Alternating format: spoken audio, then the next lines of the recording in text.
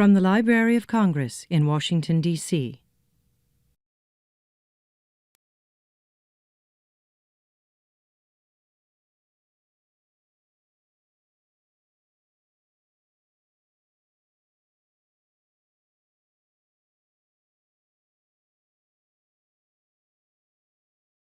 It is my great pleasure to welcome Brazilian author Noemi Jaffe to the Library of Congress.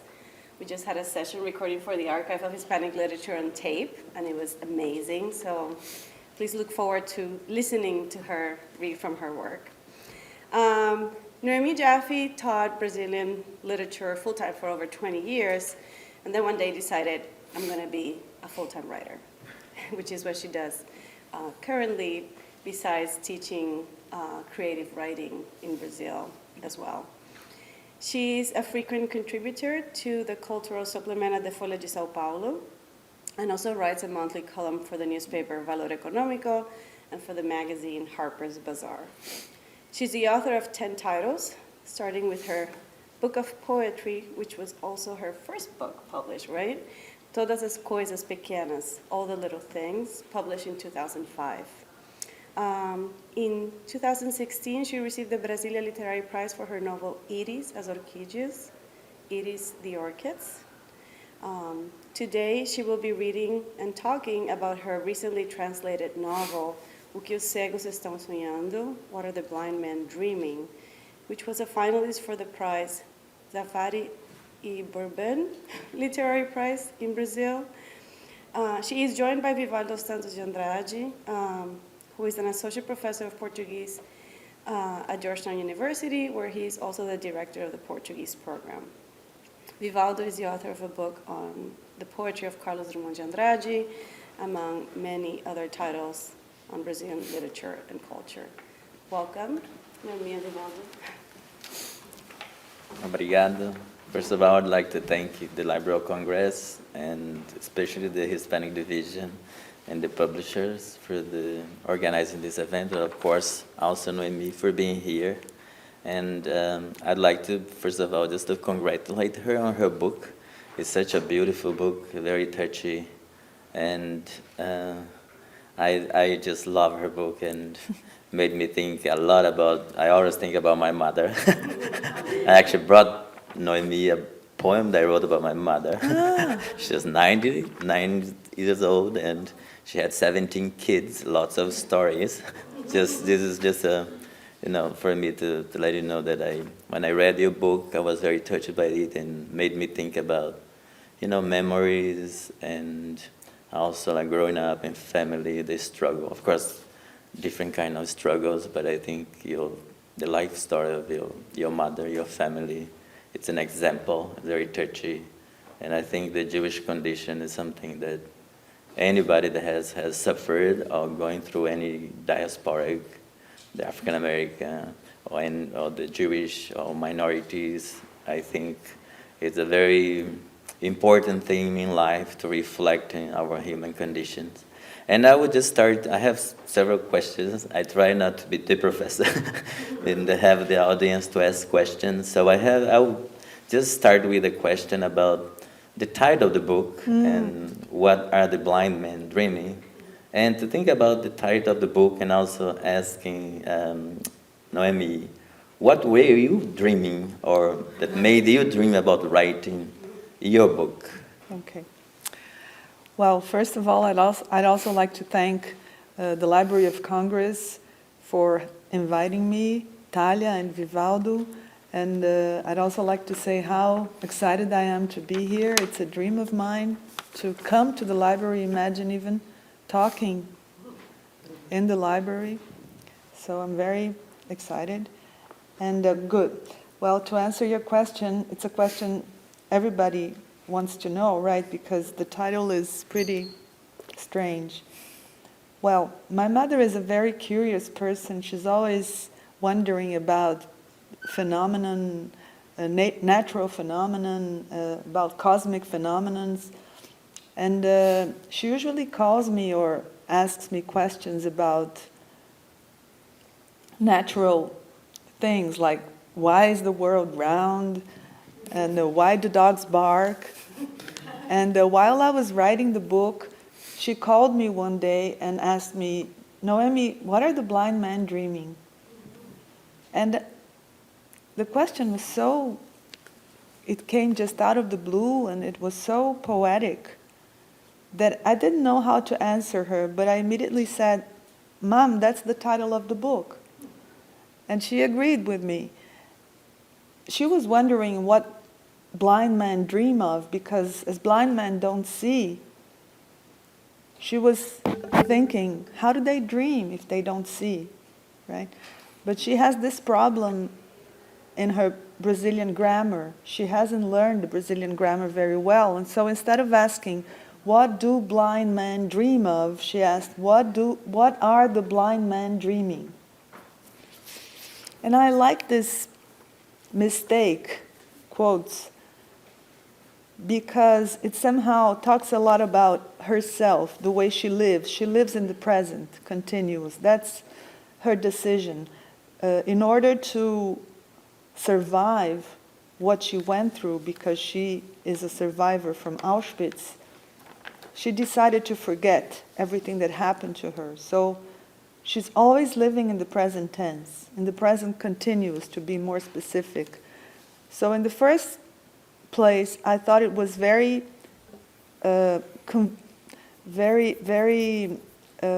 compatible, very convenient. The present continuous was the best tense for her. So what are the blind men dreaming? And also the content of the question was also perfect, because it talks about her imagination, about her curiosity, and also it describes the blindness both of the people who are inside the camp and who are forbidden to dream, right? Because when you're suffering, as people do inside a concentration camp, how can you dream of anything?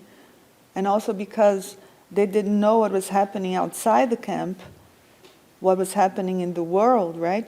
And also because the people outside the camp, both the ones who did know what was going on inside it, but didn't do anything, right? Because people who were in the city of Auschwitz, they were feeling the smell of burning flesh all day long, and they didn't do anything, not even go to the border of the camp to see if people needed a piece of bread, nothing.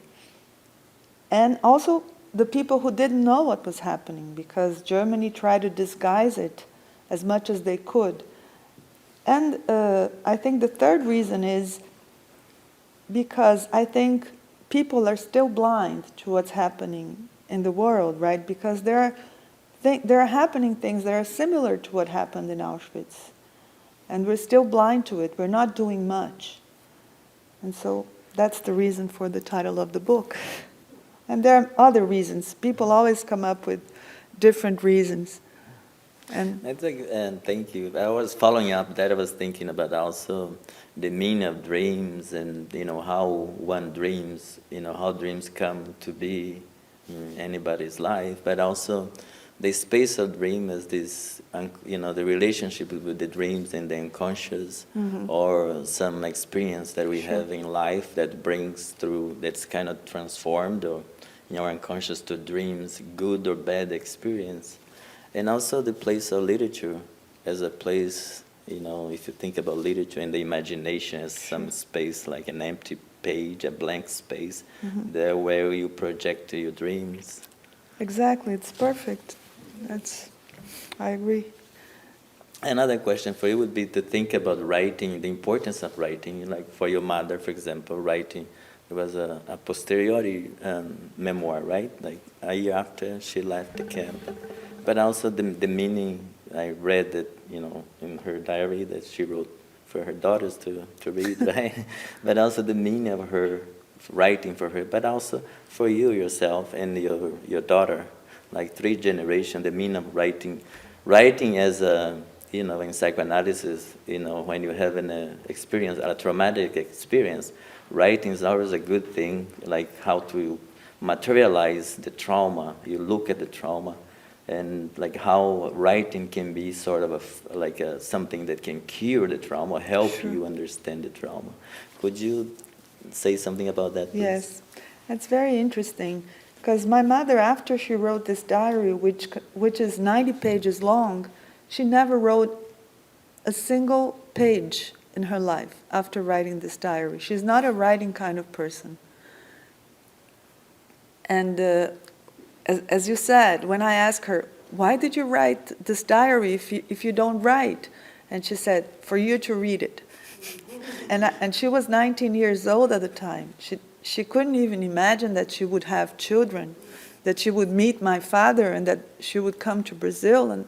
But anyway, and so I think that for her to write, which is something she wasn't used to doing, like when she wants to write a letter, we don't write letters anymore, but when she wanted to write a letter because her brother was living here in the United States, she couldn't write more than 2 lines, like, hello, I'm in good health, so is my family, goodbye. So she always asked me, please, could you write a letter for my brother? She couldn't write. So I think that for her, it actually was a kind of decision, I interpret that now, a kind of decision of hers to extract her memory of what had happened and leave it in a diary so she could forget it. Because that's what she did. So all of her memories are in that diary. She doesn't remember anything different from what's written in the diary. You cannot make her remember something casual. It's all that's written in the diary. So I think it was a way for her to deposit her memory somewhere else. That's how I interpret it. But for me, I think I became a writer because since I was a very small kid, like I was 4 years old, I knew I wanted to become a writer. That was the dream of my life, talking about dreams, right? That was the dream of my life. I invented books. I read from books without knowing how to read. I opened books and I started reading them, inventing what was written. I invented languages. I read my sister's books. They're much older than me. And I read their books of psychoanalysis when I was 7, 8 years old without understanding a word of what I was reading. But I read. So I think I became a writer because of this diary. Because I had to tell people what my mother and my father told me about what they had gone through. And because I knew that my mother had a diary which I didn't understand, because I don't understand Serbian, and that someday I would want to write about it. So for me, writing is a necessity, is a mission, and it's also very therapeutic for me to overcome the fact that I'm the daughter of a survivor and all the things that this fact implies. It implies a lot of guilt, a lot of shame. And after writing this book, which was like the mission of my life, I think now I can start writing about other things. And it was very therapeutic to me too. And how long have you been, how long has this book been, like, as a project? Another question for you would be, like, when did you hear about your mother's diary? Like, since I was a kid. She never hid it from us. So when I was 4, I knew about the existence of this diary. But you couldn't read it, right? I couldn't read it, but everything that she told us is exactly the same that was written in the diary. So when we finally translated, when we had this book translated, the diary translated into Portuguese, which was in the 90s, I was more than 30 years old already. What we read were exactly the same facts that she told us all our lives. So I always knew about it. And another question would be like, because when your mother's diary is in first person point of view, and your narrative is in third person, like the daughter. And could you tell a little bit about that, please? There was a very important decision that I made, because when I started writing my part of the book, I was writing it in the first person, because it's about the story of my mother, about my life, my sister's lives, my opinions. But I wasn't feeling comfortable with it, because the book wasn't about me. I already felt that I was stealing my mother's memories. And not only was I stealing, I was also talking about me. I didn't feel the right to do it in the first person. And I also didn't want to be so truthful. I wanted to be able to fictionalize a little. And then I made an experiment to write it in the third person, and as soon as I began, I felt so much more free. When I started writing in the third person, I could invent more, I could acquire a little more distance towards myself. I felt I was in the center of everything. I wanted my mother to be the center. I wanted the issues to be the center of attention and not me. And that's the reason. Mm-hmm, mm-hmm.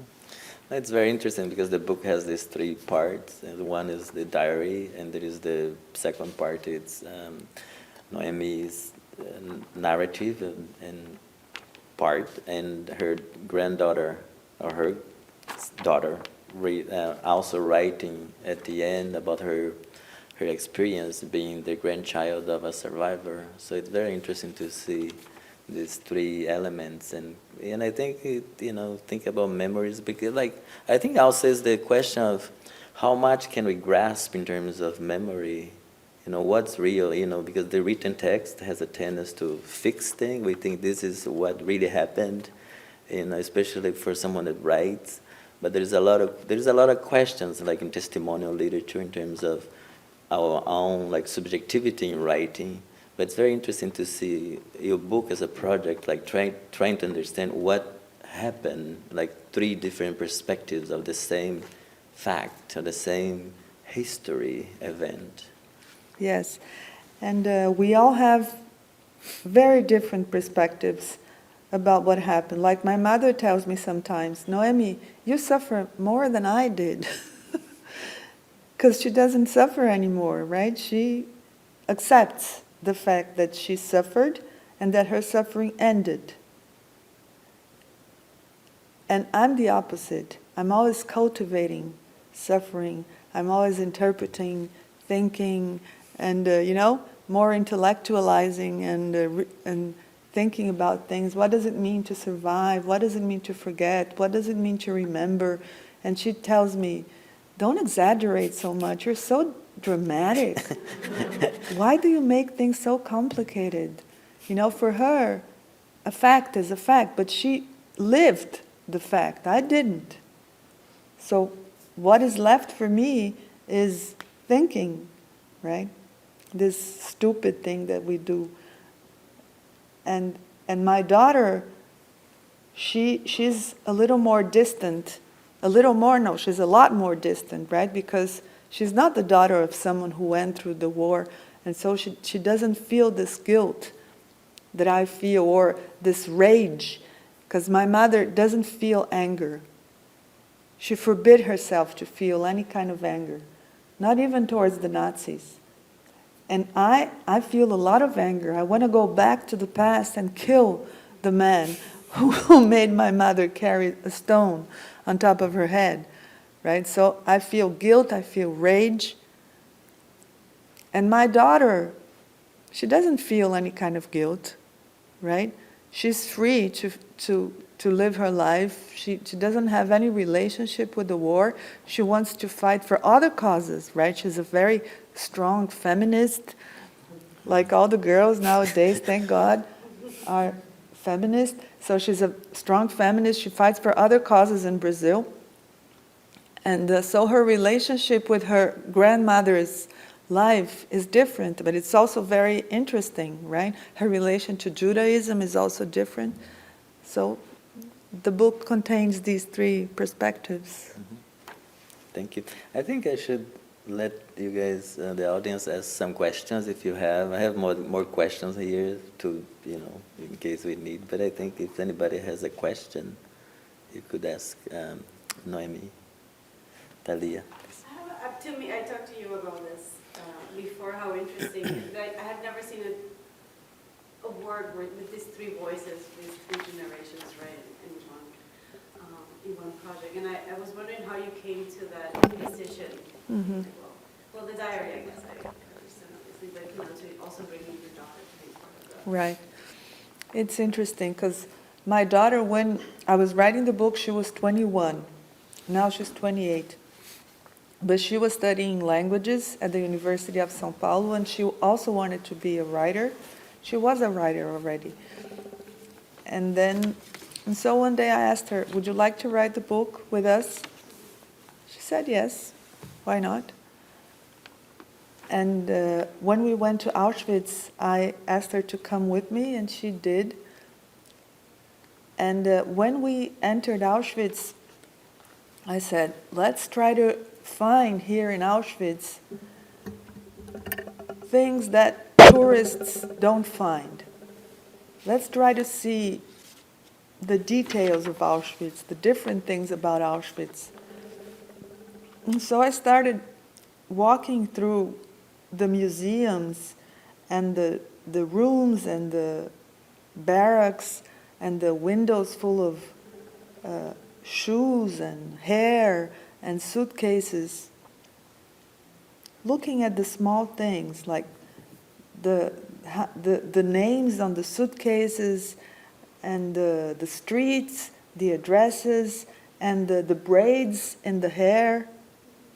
So there are 3 windows full of hair to the top, right? The hair that was taken from people's heads. So I was looking at the braids in the hair, and when we went through the museums, I was writing down the names of the survivors. And then my daughter started looking at me in this strange way, and she was getting mad and mad and mad, until she said, why are you looking at different things here in Auschwitz? There's nothing different to look at.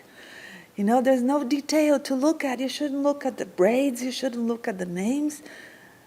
Let's get out of here. I don't want to be part of this book anymore. Why did you bring me here? She was really mad at me and at the way I was trying to find poetry in Auschwitz. So she decided not to participate in the book. So we had this big discussion in Poland. We were fighting in Poland. And then after, we discussed a lot, and when we went back to Brazil, she said, no, all right, I'll have a part in the book, but only a very small part. The book is yours. And I agreed with her. And so that's how it came about, these 3 parts. Is your mom still alive? Yes, she's 90 years old. And she's fine, she's healthy. Did you read the book? Yes, many times. Many times. She really likes it. She's very happy with it. I was asking if she's still alive because you say that she was 19 years old when she wrote the diary. And then that was it. I took that on my sister, no claim, no forgiveness, no pain, nothing. Did she give you the diary to be at home after the book from those around to see, did she was talking about it in the different moments of her life, or she decided not to talk? No, she talks about it all the time with no problem. Okay. No problem talking about it and talking about everything that it contains. She talks about it as if it hadn't happened with her. Like she's a person story in the third person. Yes, yes. She even asks herself, how was I able to endure it? She doesn't understand how she was able to endure pain, cold, starvation. Like every time she feels hungry. She said, I'm not feeling very well because I'm a little hungry. How could I endure feeling hunger for a whole year? The same when she feels cold, right? She feels a little cold, she looks for a sweater, and so she asks herself, how could I endure it? She even laughs about it. She doesn't understand, so she doesn't have any problems telling us. This made me think because I'm originally from Cuba. Normally I describe Cuban people like, if you go there, don't think about people going to be talking to you about the dreams in the future. Like, we live in the present, today, right now. So it's like one survival condition. I mean, it's, can you develop that attitude in life? Like having another day is like a gift. And not because they're going to die in my country, but it's just like you saying that and talking about your mom, like she lived in the present tense and the present continuum. It made me right away to relate to the story, and even though I haven't read the book, it made me more like I want to read it. And it's very common when you struggle in your life to live in today, you're thinking just like another day is a gift. So, thank you. Yeah, I think my mother's attitude is the healthiest possible attitude towards a trauma, right? Because there are people who like to live in the past and who suffer all their lives. I mean, I can't blame them, because if you go through something like this, you can't blame a person in any way, right? If the person wants to remember, let him remember. If the person wants to forget, let him forget. Everything is acceptable and right. But I think the way my mother did is the best, right? Because my mother is a happy person. She's a very generous, optimistic, happy person. Whenever I feel sad, she's there to, encourage me, and she's encouraging everyone. She's teaching people how to endure things all the time. So I think it's the best way to go through problems. She's going to be alive another 10 years or 20. I hope so much. Just following up on your comment and her question, I remember reading your book, and there is so much about dignity and endurance, and Right. also destiny of fate. Mm-hmm. In your mind, the acceptance of death, something that you mentioned, like the present, like all the Yes. survivors on the camp expecting to, death was the most, what's to be expected. Her perception of death is very what kept her alive, I guess. Yeah, she's not afraid of death. She's not afraid of anything. I think after you go through the things she did, you don't feel afraid of things. And she always taught us, her daughters, not to be afraid. The three of us, we're all very, we're fighters. Is that what you say? Mm-hmm. We're fighters. We're not very fearful people, the three of us. But she's braver than us. And she's not afraid of anything. Like, she's 90 years old now. She says to us, I'm not afraid of dying. I may not wake up tomorrow. That's all right. We're more afraid of her death than she is. She's not afraid of anything. She's only afraid of sickness. Not of her sickness, of our. And her grandchildren, right? And so that's what she's afraid of, which is totally understandable, right? And also in the book there are many experiences that she talks about, like when she was asked by her cousins to confess that she had stolen butter from the kitchen and she hadn't done it. So she says, all right, I'll do it, because her cousins were afraid of confessing and she wasn't. And that's the stone, the punishment. Could you talk, because it's like a key in the story, Yes. the stone. It's the axis of the book. I think it's the... Yeah, I have a question. When you said at the beginning, obviously you were enraged and anger because of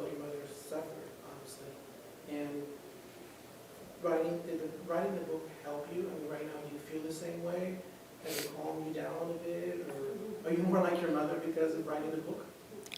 No, it really helped me. Not immediately, but like now, many years after I wrote the book, not many years, 3 years, 4 years after I wrote the book, as I told him, I'm ready to write about other things. Because I was always thinking about being Jewish and surviving and remembering or forgetting, and now I'm ready to write about other things. I think it's been very, very important for my life to have written this book in order to overcome many problems that I had and that I feel like I used to have many, many nightmares. I don't anymore.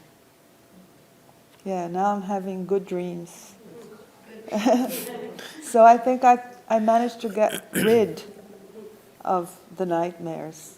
Right. So the writing was therapeutic for you. Yes, but as I was telling him about the stone, so this is a very central thing in the book and in the story of my mother's life and in my life, because my mother spent all her time in the concentration camp with her cousins, 3 cousins. They were sisters.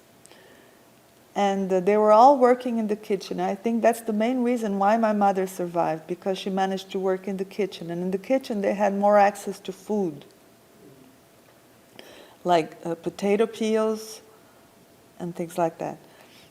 And they used to steal butter to give it to people who were sick.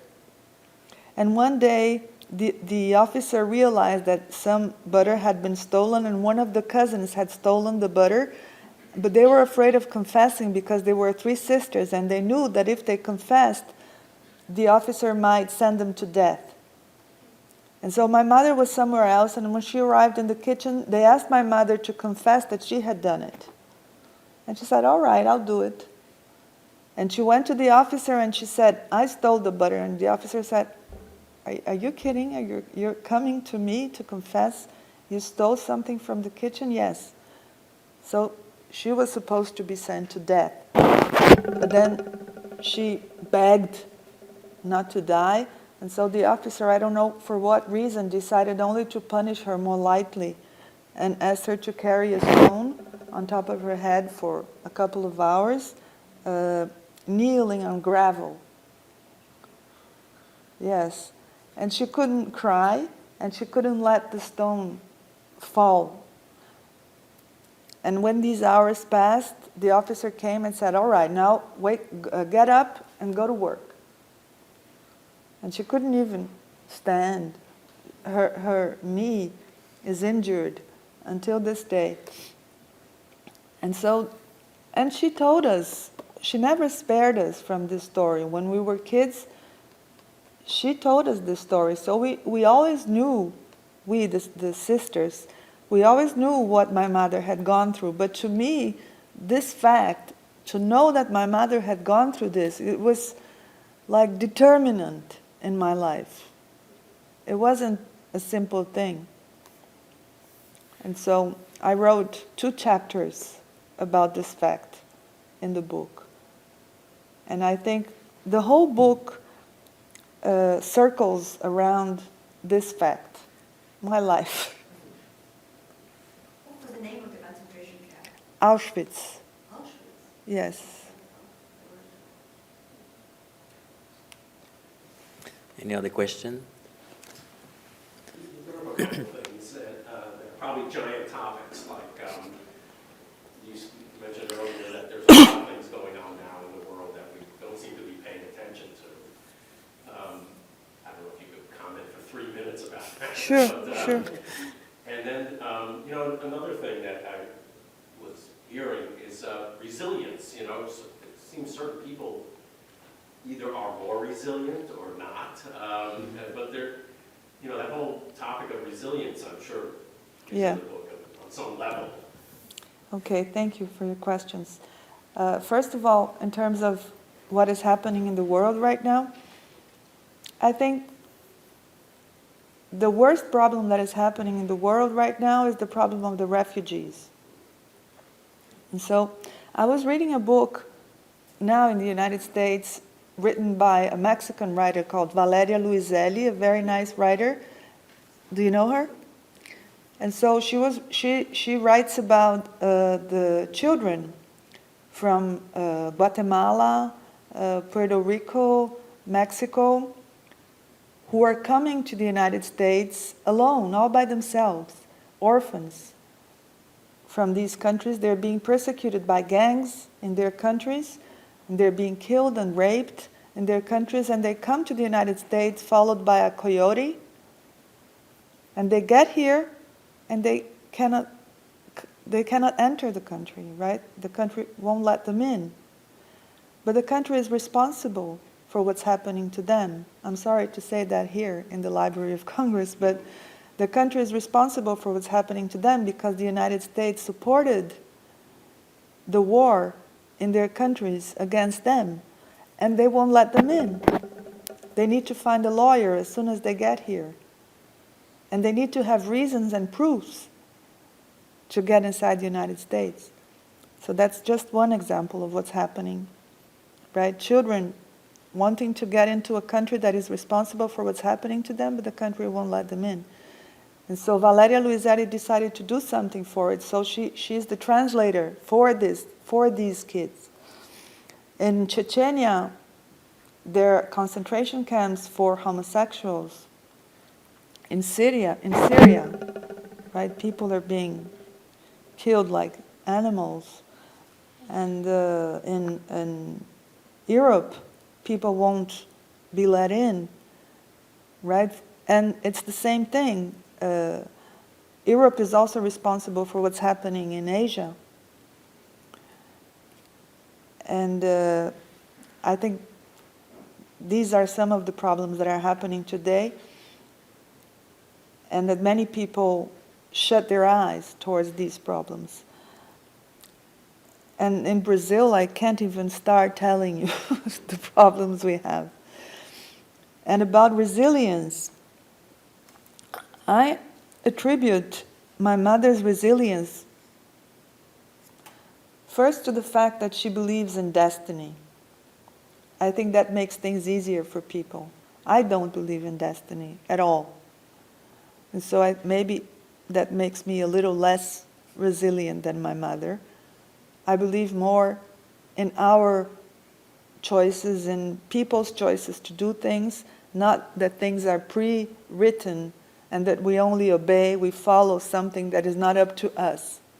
I think that makes things easier for people, right? She thinks if it's supposed to happen, it will happen. If not, it won't. And also because of what Vivaldo was saying about her, the maintenance of her sense of dignity. Mm-hmm. You know, like in the war, she would sleep naked in order not to get lice in her clothes.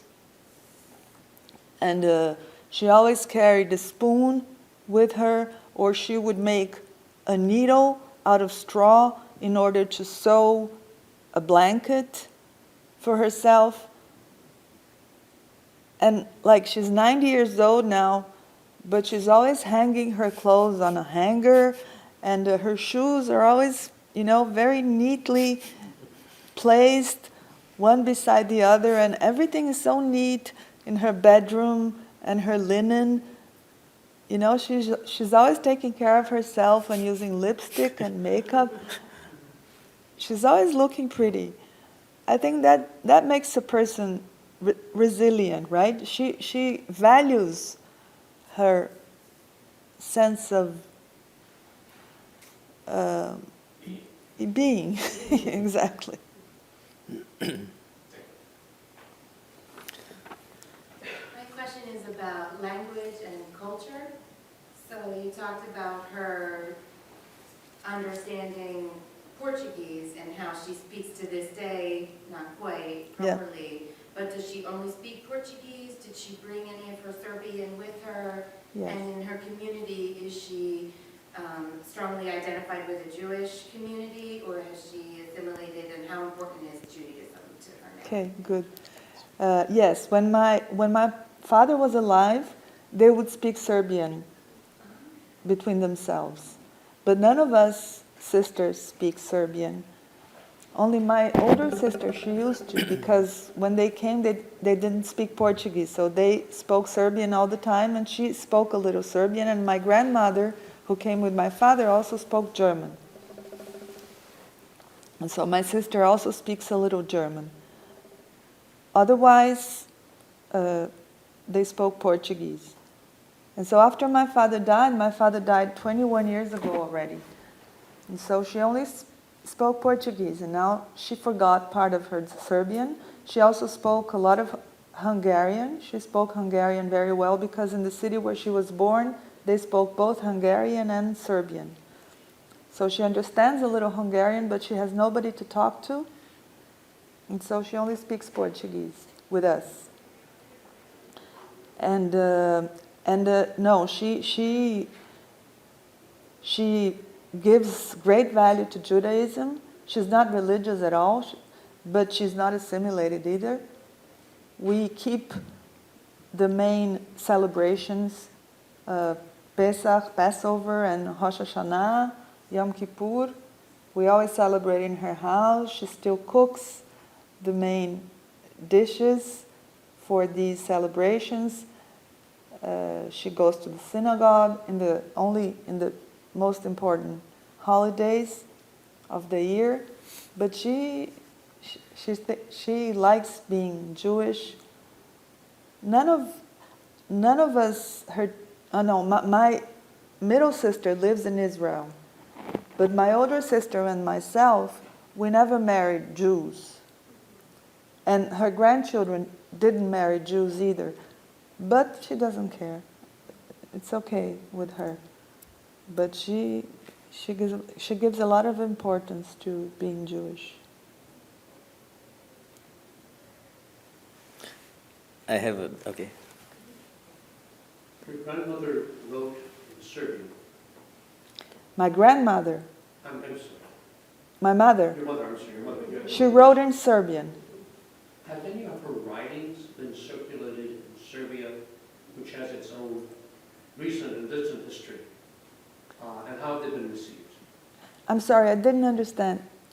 Have your mother's writings, anything about this time, been circulated in Serbian in Serbia? No.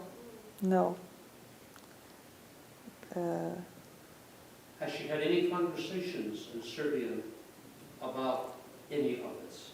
No, because she hasn't been speaking in Serbian for many years, 20 years, since my father died.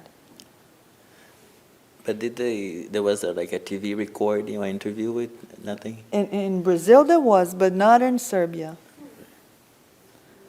I wish they translated it into Serbian or into Swedish also, because she spent 6 months in Sweden when she was liberated, but so far it hasn't been translated, only into English. So where is the diary now these days? The diary now it was deposited in the Holocaust Museum in Jerusalem, right?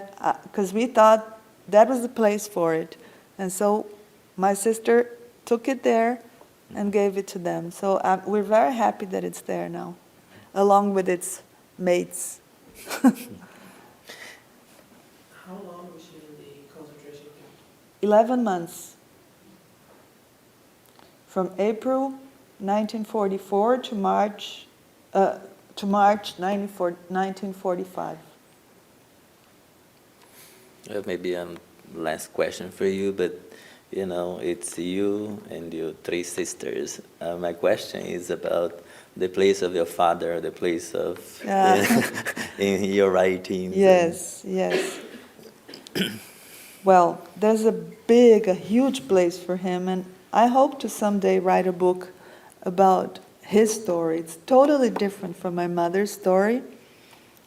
And he is also part of the diary, because when my mother gave him the diary, because when my mother went back to Serbia after the war to see if any of her relatives had survived, she met my father.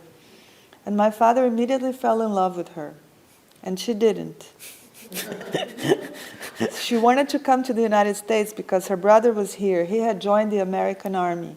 And so she went to Hungary and left her diary with my father as a token of her friendship. And my father filled the diary with love letters to her. And these love letters, they're like, Shakespearean love letters. Wow, it's so romantic. And so my father went after her to Hungary because he had a large family in Brazil. And he told her to marry him only bureaucratically. So she would go to Brazil with him. And then in Brazil, she would get documents to come to the United States. And so they went to Brazil. The trip took a long time. And in the middle of the way, something happened. And I guess he knew what was going to happen, right? And when they arrived in Brazil, they married again, and they stayed. She got pregnant and everything. But his story is totally different from hers. He stayed in a small concentration camp, not an extermination camp, but a labor camp. And this camp disappeared. It was in Austria. And he had a totally different attitude from hers. He was the kind who was cultivating suffering. And so maybe someday I'll write about his story. But I didn't want to mix his story and her story in the same book. This is a book of women.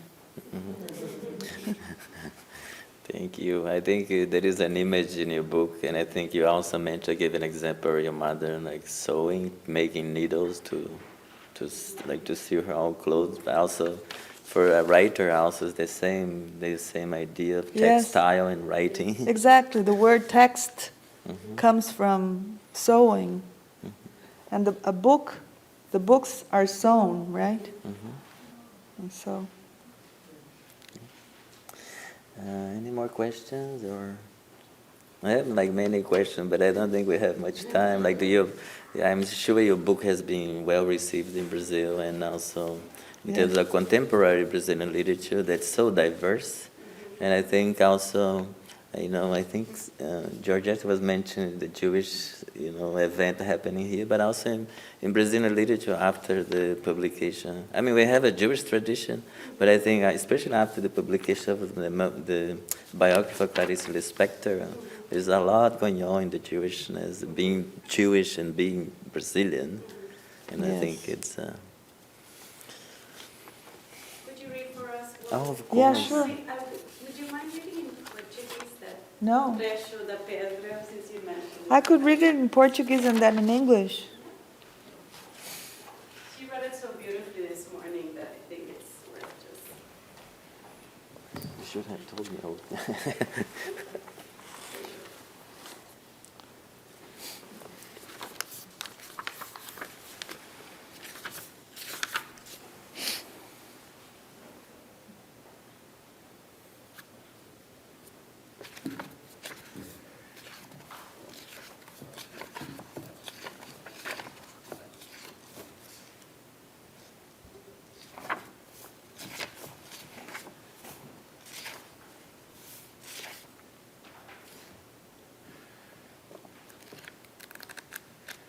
It is not too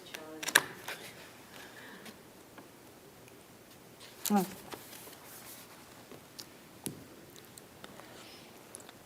O fato pedra é maior do que a história pedra, do que o símbolo pedra. Mas quem não viveu a pedra, quem é filho do fato, só consegue pensar nele como um evento indireto, como uma força simbólica. Pedra. Pedra sulamita, pedra margarete, pedra quadrada, pedra retangular, pedra de cimento, pedra de areia, pedra pontuda, pedra lisa, pedra pesada, pedra maciça, pedra grande, pedra prática, pedra quebradiça, pedra cinza, pedra opaca, pedra real, pedra irreal, pedra dolorida, pedra parada, pedra móvel, pedra difícil, pedra intransponível, pedra dura, pedra durável, pedra perdida, pedra igual, pedra comum, pedra única, pedra idiota, pedra inocente, pedra pegajosa, pedra remota, pedra atual, pedra incrustada, pedra solta, pedra qualquer, pedra mineral, pedra ornamental, pedra rochosa, pedra lapidar, pedra de toque, pedra filosofal, pedra fundamental, pedra lascada, pedra polida, pedra lavrada, pedra no sapato, pedra preciosa, pedra semi-preciosa, pedra rolada, pedra no rim, pedra angular, pedra britada, pedra de amolar, pedra matriz, pedra seca, pedra de antes, pedra de depois, atire a primeira pedra, 3 pedras na mão, ser duro como uma pedra, não ter visto a pedra, imaginar a pedra, estar no lugar dela, sustentando a pedra.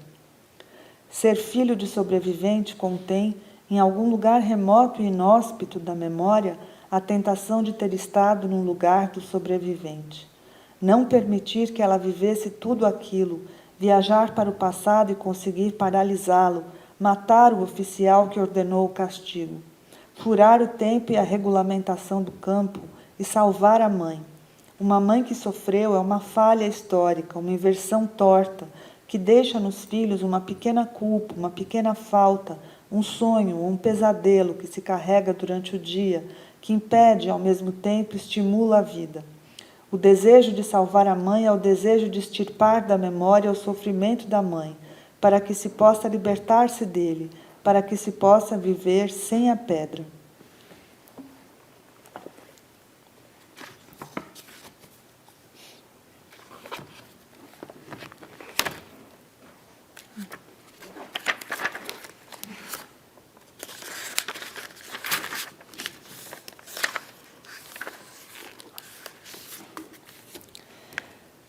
The stone as fact is larger than the stone as history, than the stone as symbol.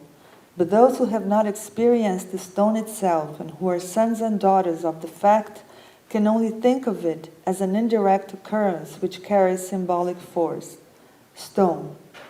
Shulamite stone, margarita stone, square stone, rectangular stone, cement stone, sandstone, pointy stone, smooth stone, heavy stone, dense stone, large stone, practical stone, brittle stone, gray stone, opaque stone, real stone, unreal stone, painful stone, still stone, movable stone, difficult stone, impassable stone, hard stone, hardy stone, lost stone, equal stone, common stone, unique stone, idiotic stone, innocent stone, sticky stone, distant stone, actual stone, crusty stone, loose stone, any stone, mineral stone, ornamental stone, stony stone, polished stone, touchstone, philosopher's stone, fundamental stone, chipped stone, sleek stone, a stone in your shoe, precious stone, semi-precious stone, rolling stone, kidney stone, keystone, crumbling stone, sharpening stone, dry stone, pre-stone, post-stone, to throw the first stone, to squeeze blood from a stone, to be hard as stone, to never have seen the stone, to picture the stone, to be in her place, holding the stone. Being the child of a survivor means feeling the temptation in some distant and inhospitable part of your memory to have been in the survivor's place, to not have let her live through all that she lived through, to travel to the past and stop him, to kill the guard who ordered her punishment, to pierce through time and through the camp's regulations and save her. A mother who has suffered is a failure of history, a twisted reversal, which leaves her children with a minute guilt, an absence, and a dream or a nightmare that they carry with them throughout the day, and which both impedes and stimulates life. The desire to save one's mother is also a desire to eradicate her suffering from all our memories, so that she herself can be freed of it, so that she can live without the stone.